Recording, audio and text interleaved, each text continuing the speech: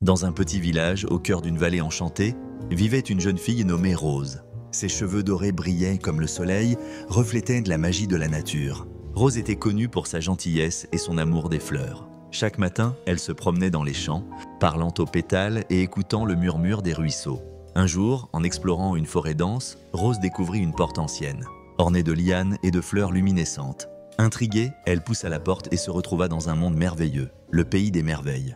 Là, tout était possible. Les arbres dansaient, les rivières chantaient et les nuages prenaient des formes fantastiques. Rose fit la rencontre d'un drôle de personnage, un lapin nommé Pipin qui portait une montre en or. « Je suis en retard pour un rendez-vous important !» exclama-t-il, ses yeux écarquillés de panique. Rose, touchée par son désarroi, décida de l'aider. Ensemble, ils se mirent en quête de la fée des heures qui pouvait réparer le temps détraqué de Pipin. Leur aventure les mena à travers des prairies colorées et des rivières scintillantes.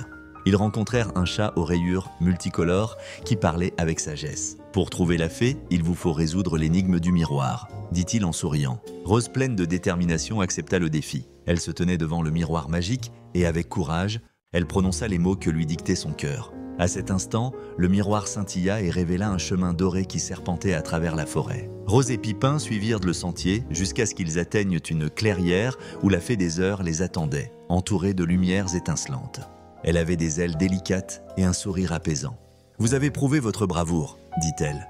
Voici votre récompense. » Là, elle tendit à Pipin une montre réparée qui brillait d'une lumière douce. Rose, émue, remercia la fée. « Vous avez appris que l'amitié et le courage peuvent surmonter tous les obstacles, » leur ajouta la fée avant de disparaître dans un nu de paillettes. Rose retourna chez elle, le cœur rempli de joie et d'histoires à raconter. Elle savait désormais que le véritable enchantement résidait non seulement dans les merveilles du monde, mais aussi dans les liens qu'elle tissait avec ceux qui l'entouraient. Chaque fleur qu'elle cultivait, chaque sourire qu'elle offrait, était une petite magie à part entière.